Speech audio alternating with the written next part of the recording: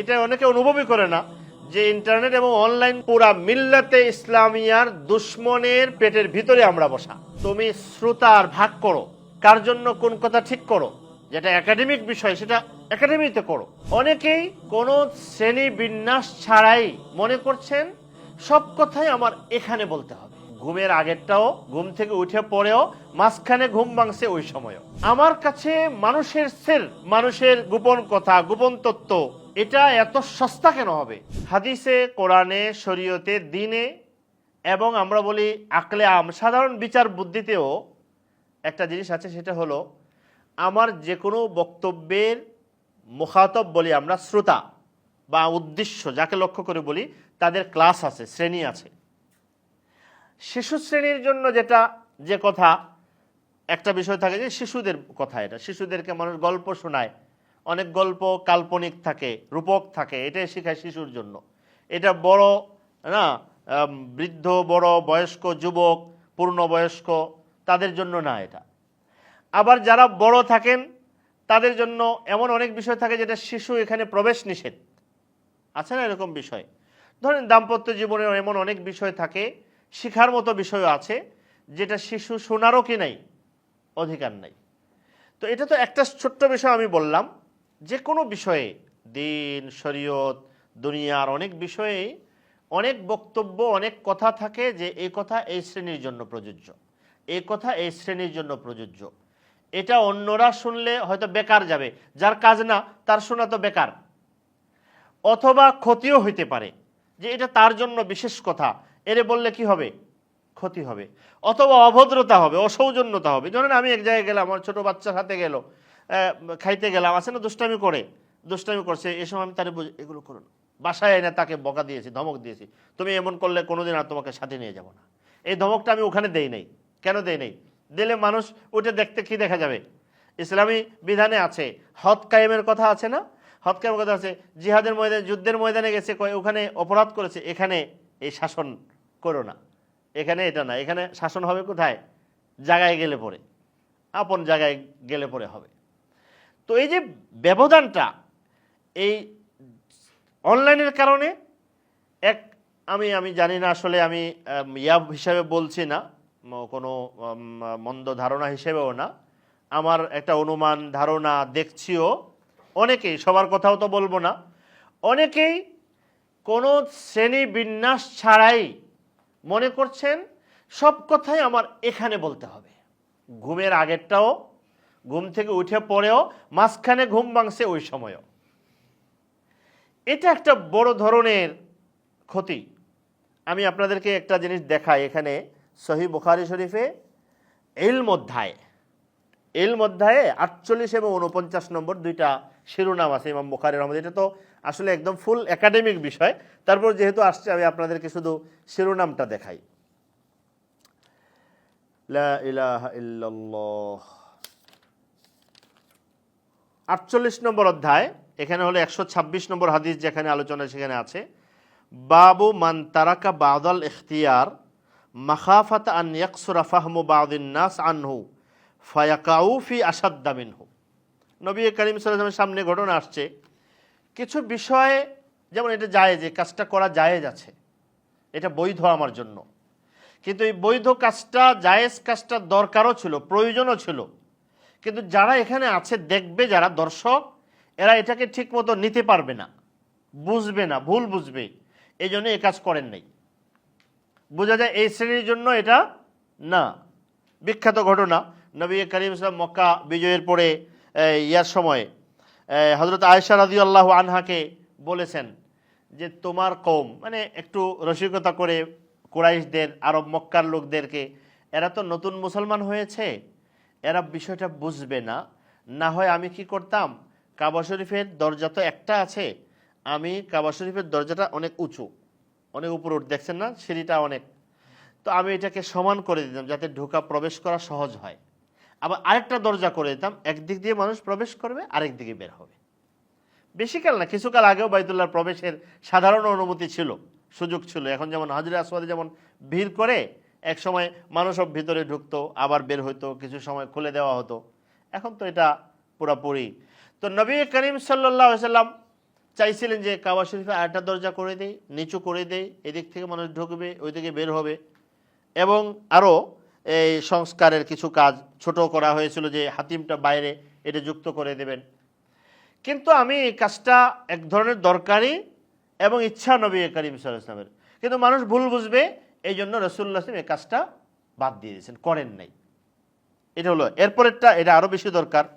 বাবু মান খাসসা বিল ইলমি কওমান দুনা কওমিন কারাহিয়াতা আন লা ইয়াফহামু, যে আমি একটা কথা বলা দরকার, বিশেষ দুইজনকে বলেছি, সবাইকে বলি নাই, কারণ এরা বুঝবে না। এই মর্মে সহিহ মুসলিম শরীফে এখানে হাদিস আলী রাদিয়াল্লাহু বর্ণনা আছে, হাদিসুন নাস বিমা ইয়ারিফুন আতুহিব্বুনা আইয়ুকাযযাবাল্লাহু ওয়া রাসূলুহু, তুমি যাদের সাথে কথা বলছো, যাদেরকে বলছো, তারা যতটুকু নিতে পারবে এতটুকু বলো। তুমি তাদেরকে যদি এমন কোনো কথা বলো যে কথা তারা ধারণ করতে পারবে না, ভুল বুঝবে, ভুল বুঝে যদি তারা আল্লাহ এই কথার লঙ্ঘন কি করে, উল্টায়, এটাকে উপেক্ষা করে, অগ্রাহ্য করে, অথবা মিথ্যা প্রতিপন্ন করে, তাহলে সে তো আল্লাহকে কি করলো? কথা যদি আল্লাহর হয়, তুমি কি চাও আতুরিদুন আইয়ুকাযযাবাল্লাহু ওয়া রাসূলুহু, তোমার বলার উপস্থাপনার ধরনের না কারণে না বুঝে সে আল্লাহকে কি করলো? মিথ্যা প্রতিপন্ন করলো। কঠোর কথা না এটা? তো এর লম্বা করছি না কথাটা। তো এই যে এখানে কি নির্দেশনা হলো, তুমি শ্রোতার ভাগ করো, কার জন্য কোন কথা ঠিক করো, তাদেরকে যেটা যে অংশ বুঝবে এদেরকে এটা বলো, যেটা একাডেমিক বিষয় সেটা একাডেমিতে করো, যেটা একদম খাস বিশেষায়িত প্রতিষ্ঠানের বিশেষ একটা বিষয় আলোচনা, এটা নিছকই একাডেমিক। যেমন ঢাকা মেডিকেলে ডাক্তারদের মিটিং হয় না বিভিন্ন সময়, তো এই ধরনের হইলেও হয় কি, কেউ এসে শুরুতে এসে একটা ছবি দিয়ে দেবো, এই আমি এসে হাজির হইলাম, এই শুরু হয়েছে বয়ান, এই আলোচনা লাইভ শুরু হবে। আমি হযরত মাওলানা আব্দুল মালিক সাহেব হুজুরের সাথে কিছু প্রোগ্রামে এরকম যাওয়া হয়েছে, যেখানে আলেমদের জন্য প্রোগ্রাম ডাকা হলো, আলেম ওলামা বা ইয়াদের জন্য। গেলে পরে দেখা যায় সাধারণ মানুষ, অনেক ছাত্র কেউ এসে গেল, জমা হলো। হুজুর খুব কড়া থাকতেন। হুজুর বলেন না, যদি বলে উস্তাদদের জন্য তাহলে শুধু উস্তাদ, যদি ছাত্রদের জন্য তাহলে শুধু ছাত্র, সাধারণ মানুষের বলবে এরাও বলবে, হবে না। এক জায়গায় বড় সম্মেলন ছিল, এখানে ওলামাদের জন্য আলাদা বৈঠক করা হয়েছে। তো সেটা কোথায় হবে? ও সম্মেলন কেন্দ্রে। বলেন কেন? সম্মেলন কেন্দ্রে হলে তো সবাই বসবে ওখানে, আপনি কাকে চিনবেন, কাকে উঠাবেন? তা আমি যে আলাদা করেছি কি উদ্দেশ্যে, সেটা তো হলো না এখানে। এটা তো হুজুর বলেন। আমার এরকম অনেক অভিজ্ঞতা হয়েছে, বলছে এটা আলেমদের বা এটা বিশেষ শ্রেণীদের প্রোগ্রাম, যাওয়ার পরে লাইভ শুরু করে দেবে, যে লাইভ দেওয়া। আচ্ছা, যদি বিশেষ শ্রেণীর প্রোগ্রাম হতে লাইভ কাকে দিচ্ছেন? ওখানে কি কথা আছে যে চেহারা দেখে দেখে আইডেন্টি মানে চিহ্নিত করে করে শুধু এদেরকে দেখাবে, অন্য কাউকে দেখাবে না? এটা আমি সমালোচনার জন্য বলছি না, বেখেয়ালে এটা হয় মানুষের। তো এই জিনিস এখন বহুত হচ্ছে, প্রচুর হচ্ছে। এটা ভালো কাজ হচ্ছে না, ভালো কাজ হচ্ছে, ভালো জিনিস বলছেন, ভালো জিনিস লিখছেন। আমি এগুলোতে অংশগ্রহণ করি না, এই জন্য এটা আমার দুর্বলতা। কিন্তু আমি এই জিনিসে অনেক বেশি, আমি না শুধু, আমার মতো অনেকেই বেশ পেরেশান, অস্থিরতা বোধ করেন যে অনলাইনে মানুষ অনেকেই সবার কথা আমি আবার বারবার বলছি, যে অনেকেই মনে করে যে আমি এটা একটা এর পক্ষে একটা যুক্তি আছে, কিন্তু যুক্তি হলো যে আমি একটা কথা 10 জনকে জমা করে বললাম, তো 10 জন শুনলো, এখানে তো আমি একসাথে 10,000 পেয়ে গেলাম। তো একটা ভালো দিক মাথার মধ্যে থাকে, কিন্তু 10,000 পেয়ে গেলাম, যে এখানে লাভ ক্ষতির বিষয় তো আছে, লাভ ক্ষতির বিষয় আছে, কে শত্রু কে মিত্র, কে ভালো কে মন্দ। আর আমরা তো এটা অনেকে অনুভবই করে না, যে ইন্টারনেট এবং অনলাইনগুলো তো এটা তো হলো আমি আরেকজনের একদম পুরা মিল্লাতে ইসলামিয়ার দুশ্মনের পেটের ভিতরে আমরা বসা। এখানের প্রত্যেকটা জিনিস তার কি তাদের নিয়ন্ত্রণে। এরা এখানে, আমরা তো মনে করি কোটি কোটি মানুষ ব্যবহার করছে। তো আমার কাছে লাগে যে এত মানুষের মধ্যে আমি কি করলে দেখবে কি, কিন্তু তারা তো প্রত্যেকটা জিনিস কি করছে। আমার এখনো মনে পড়ে ওই যে নিউজিল্যান্ডে যে মসজিদে হামলা হলো না, ওই দিন পরের দিন পত্রিকায় আমি দেখেছি এসেছে যে ওই দিন ইউটিউব 15 লক্ষ ভিডিওকে তারা ওখান থেকে কি করেছে, সরিয়ে নিয়েছে। 15 লক্ষ ভিডিও, তাদের জনবল দক্ষতা চিন্তা করেন। আবার আরো 15 লক্ষ ভিডিওকে তারা ঠেকাইছে। এখন আছে কিনা জানি না, এই ভিডিও এখন পাওয়া যায় কিনা, হয়তো নাই, ওরা করে ফেলেছে। তো দুনিয়ার কোটি কোটি মানুষ মিলেও এদের এখানে এটা রাখতে পারে নাই। তো আমরা কোথায় বসে আছি? আমি তো এত নির্বোধ না যে আমার প্রতিবেশী যদি কেউ আমার সাথে শত্রুতা থাকে, তো এখন আমি কথা বলার সময় ঘরের ভিতরে কথা বলে কানে কানে লাগায় কথা বলে যে আমার প্রতিবেশী শত্রু, আবার যদি শুনে ফেলে। মানুষের তো প্রবাদই বলে দেয়ালেরও কান আছে, এখানে হয়। কিন্তু দ্বীনের ব্যাপারে কি এটা নাই? দ্বীনের ব্যাপারে কি এটা নাই? নবী করিম সাল্লাল্লাহু আলাইহি সাল্লামের কিন্তু বড় শিক্ষা ছিল, এটাকে বলে সির। আমরা বলি সির, মানে আমার যে রহস্য, আমাদের যে মৌলিক উদ্দেশ্য, যেটা যেটা নীরবে বলার, যেটা একার, যেটা ব্যক্তিগত, এগুলোকে হেফাজত করা। মানুষের ইফশা উসসির, এটা বড় অন্যায়, বড় অপরাধ। যেমন আপনি আমাকে একটা পার্সোনাল কথা বললেন, আমি ব্যক্তিগত কথা বলছি। আমাদের এক উস্তাদ বলছিলেন যে অনেক মানুষকে গিয়ে বলে যে আপনার সাথে একদম ব্যক্তিগত কথাটা বলবো, আপনার কারোর সাথে শেয়ার করবেন না। তো মানুষের স্বভাব হলো কি, অনেকেই গিয়ে প্রথমে গিয়ে এটা বাসায় গিয়ে বলে। তো হুজুর বলতেছেন এটা অভিজ্ঞতা, যে গিয়ে বাসায় গিয়ে আজকে অমুকে পার্সোনাল কথাটা বলে গেছে। সে যখন পার্সোনাল বলে তখন কিন্তু বাসা কি পার্সোনাল ভিতরে পড়ে নাকি? আর ওখান থেকে কথাগুলো কি হয়, কোথায় কোথায় চলে যায়। এখন তো আকাশ বাতাসে ওইরা বাই এয়ার এখন কি করে সব চলে যায়। তো এই যে মানুষ বলে না ইফশা, এটা অন্যায়। একজন ব্যক্তি আমার কাছে তার ব্যক্তির একটা কথা আমানত রেখে গেছে, এটা আমি আরেকজনের কাছে শেয়ার করে ফেলবো, এটা অনেক বড় অন্যায়। হ্যাঁ, আর যখন আমার কাছে আমানত যদি পুরো একটা জাতির হয়, বলেন, আর এটা যদি আমি যে কল্যাণকামী না তার কানে, তার মুখে, তার চোখে তুলে ধরি, তাহলে এটা অন্যায়ের মাত্রায় কতটুকু হওয়া উচিত। নবী করিম সাল্লাল্লাহু আলাইহি ওয়াসাল্লামের এমনি সিরাতে আপনারা এই ঘটনা পাইবেন। নবী করিম সাল্লাল্লাহু আলাইহি ওয়াসাল্লাম যখন মদিনায়, যখন বিভিন্ন কাফেলা যেত, কোনো দিকে জিহাদের কাফেলা যেত, আরবিতে বলে তাউরিয়া। যেমন মক্কার মুশরিকরা অনবরত, এখানে হলো 8 বছর, আগে হলো 13 বছর, 8 13 কত 21 বছর জ্বালাইছে নবী করিম সাল্লাল্লাহু আলাইহি ওয়াসাল্লামকে, সাহাবীদেরকে, পুরা উম্মতকে, পুরা মানব জাতিকে, তাই না?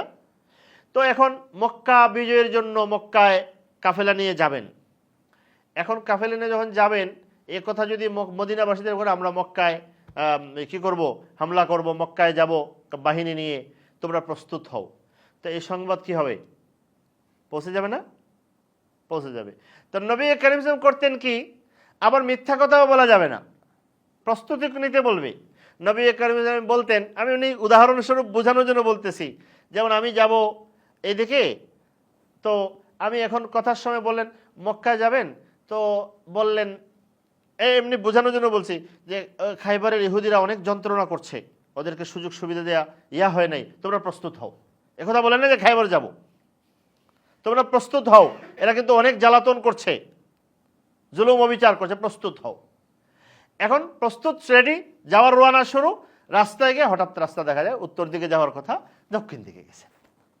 ইদা আরাদা গাজওয়া কওমিন, আমি এই যে এবারত শোনাচ্ছি, ইদা আরাদা গাজওয়া কওমিন ওয়াররা বিগাইরিহা, তখন একদিকে যাওয়ার কথা, এখন ইঙ্গিতবহ কথা বলতেন, মনে হয়তো ওইদিকে, ফলে কেউ জানতো না মক্কা বিজয়ের সময় ঘটেছে, এত গোপন রাখা হয়েছে, এত বড় কাফেলা যাবে, কেউ জানে না। একটা মাত্র মহিলা কিভাবে সংবাদ নিয়ে রওনা হয়েছে, শুনেন না এই ঘটনা? বুখারী শরীফে আছে। রওনা হয়ে সে চলে গেছে। ওই যুগে নবী করিম সাল্লাল্লাহু আলাইহি ওয়াসাল্লামের, আমরা যদি আধুনিক পরিভাষায় বলি, গোয়েন্দা তৎপরতা কত শক্তিশালী ছিল। খবর পেয়ে গেছেন মহিলা যাচ্ছে, সাহাবীদের পাঠাই দিয়েছেন, তারা গিয়ে ধরে নিয়ে আসছে ওখান থেকে, মক্কায় ঢুকতে পারে নাই। এবং তার ধরার কথা আছে হাদিস শরীফে, এক বর্ণনা আছে যে সে তো কোনোভাবেই স্বীকার করছে না যে আমার কাছে তার পত্র নিয়ে যাচ্ছিল, কোনোভাবেই স্বীকার করছে না। তো স্বীকার করছে না, পরে ওনারা অনেকগুলো হুমকি দিয়েছিলেন। হ্যাঁ, হুমকির কথা আর বললাম না। বাকি তার বিবরণ থেকে যেটা বোঝা যায় সেটা হলো তার কাছে 3টা চিঠি ছিল, একটা চিঠির 3টা কপি, ফটোকপি করে নিয়ে গেছে আর কি। একটা চুলের ওখানে, একটা চুলের মাথায়, আর একটা কোমরে। মানে এক বর্ণনা থেকে বোঝা যায় এখানে পাওয়া গেছে, আরেক বর্ণনা থেকে চুলের খোপায় নিচে, আরেক বর্ণনায় কোমরে। এই জন্য অনেকে মনে করছেন এর বিবরণ পরিষ্কার নাই, হতে পারে সে 3টা কপি, যে ধরা খায় যদি একটা ধরা খায় যদি ওনারা চলে আসেন একটা ধরে নিয়ে, তো তার সংবাদ পৌঁছে যাবে। তো ওনারা এত তৎপর ছিলেন যে তাকে ছাড়েন নাই, 3টা বের করে নিয়ে এসে পড়ছেন। তো আমরা তো এই নবীর উম্মত, আমার কাছে মানুষের সির, মানুষের গোপন কথা, গোপন তত্ত্ব, হ্যাঁ, এটা এত সস্তা কেন হবে যে আমি এখন কোন জিনিস, কার আমানত, কোথায়, আমি কিভাবে পেশ করছি। তো এটা কথাটা আমার ওই দ্বিতীয় কথাটা যেটা বলতেছিলাম সেটা হলো, আমি কোন কথাটা কাদের, কার জন্য, এই বাস বিচার আমরা করছি না।